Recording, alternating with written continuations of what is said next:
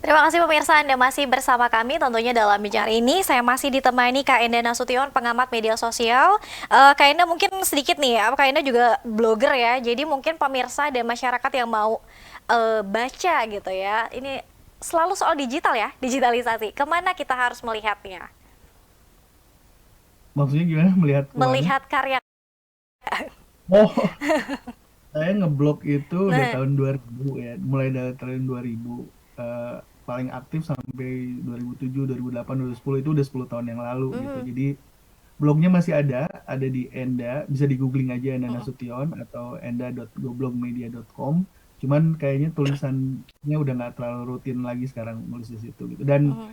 seperti blogger zaman saya dulu, bedanya dengan zaman sekarang adalah dulu topik favorit kita adalah diri kita sendiri. Hmm. Jadi kita ngeblog itu, blog itu adalah semacam titik aktif atau titik private gitu ya, bagaimana kita melihat dunia dan bagaimana dunia melihat kita. Jadi topik sangat subjektif ya, makanya sebenarnya blog bukan media gitu. Kita ketemu siapa, makan siapa, jalan-jalan kemana, itu topik-topik utama yang waktu generasi awal blogger suka tuliskan gitu. Kayak semacam catatan pribadi ya, Dan pribadi diary betul, digital tapi ya juga Kak Enda ya. ditambah kadang-kadang ditambah dengan opini ya, Mhm. ditambah dengan berbagai apa masukan tentang apa yang kita lihat gitu. Tapi memang jadi bukan hanya apa yang kita lakukan, tapi juga apa yang kita pikirkan dan Mhm. mungkin rencana-rencana juga apa yang akan kita lakukan. Mhm, mhm.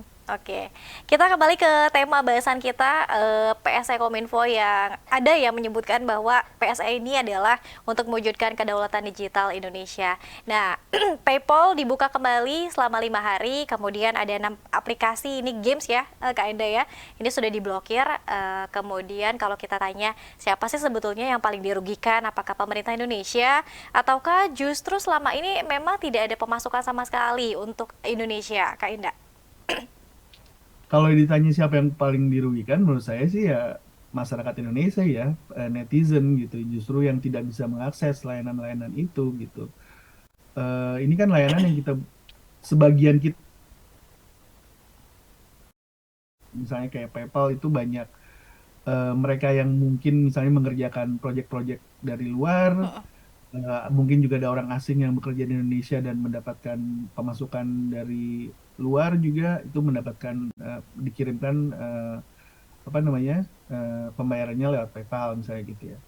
Dan kalau kita lihat untuk aplikasi-aplikasi development, misalnya kalau kita seorang developer ya, misalnya pemrograman gitu ya, ada yang namanya GitHub, ada yang namanya Stack Overflow, referensi-referensi dunia pemrograman, bahkan juga layanan-layanan dalam menjalankan sebuah website, itu semua terkonek satu sama lain dan itu juga sebenarnya sebuah sistem elektronik dan juga saat ini belum terdaftar dan kalau dalam dalam Mhm. praktek yang sekarang, jadi berarti ada kemungkinan diblokir juga gitu. Jadi ada banyak efek ya, bukan hanya sekedar pemblokirannya saja, tapi juga misalnya eh, hilangnya akses yang terbuka gitu ya buat masyarakat yang tidak bebas lagi itu juga punya dampak juga, termasuk terhadap misalnya sekarang kita mau katanya kan salah satu bentuk kedaulatan digital itu adalah harusnya lebih banyak lagi anak muda Indonesia yang juga masuk ke industri digital ya,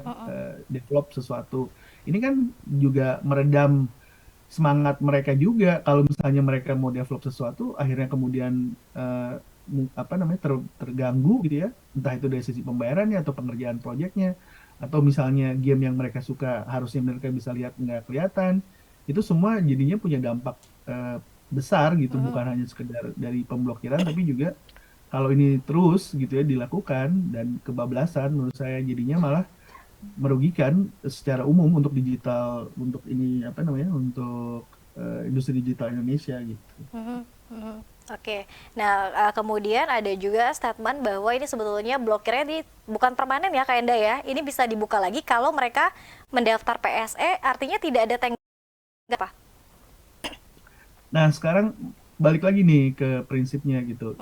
Kalau misalnya beralasan, enggak kok silakan daftar aja. Mhm, Iya, eh, kan gini ya, kalau kalau perusahaan multinasional, perusahaan raksasa kayak Meta, Google, itu kan memang eh, ada kantor-kantornya di berbagai negara ya. Mm-mm. Pastinya di Indonesia juga sebagai salah satu negara besar. Tapi kan nggak semua layanan ini dalam skala atau ukuran yang raksasa seperti itu.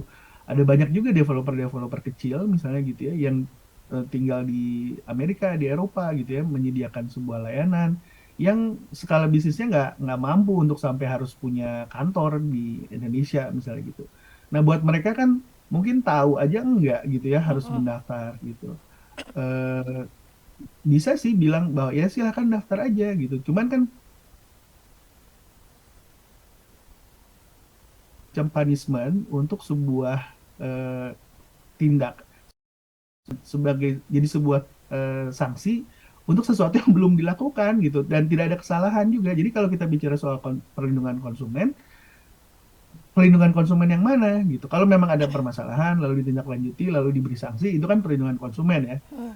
Ini kan sekarang perlindungan konsumennya masalahnya nggak ada nih gitu ya. Ada masalah apa masyarakat Indonesia sama PayPal misalnya? Ada masyarakat apa dengan game yang ada? Kalau memang ada, ya silahkan mau ditindaklanjuti, diblokir, bisa gitu. Tapi kalau misalnya sekarang nggak ada permasalahannya, terus tiba-tiba harus dikasih sanksi dahulu kan Ya. jadinya nggak make sense gitu.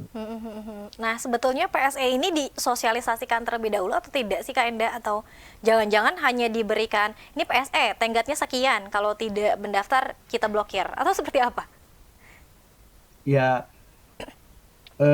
ada juga yang mempertanyakan itu ya berarti mungkin sosialisasinya kurang Mm-mm. padahal kan sudah dikasih waktu 6 bulan bisa jadi ya tapi Oke. balik lagi mau sosialisasi setahun mau sosialisasi 2 tahun saya pada prinsipnya ya ini bukan sebuah praktek yang baik gitu apalagi kan ceritanya Indonesia ini mau mau salah satu negara G20 nih Mm-mm. secara global mau dipandang sama sama apa namanya sama posisinya gitu sekarang kita malah menerapkan aturan yang malah mundur ke belakang gitu.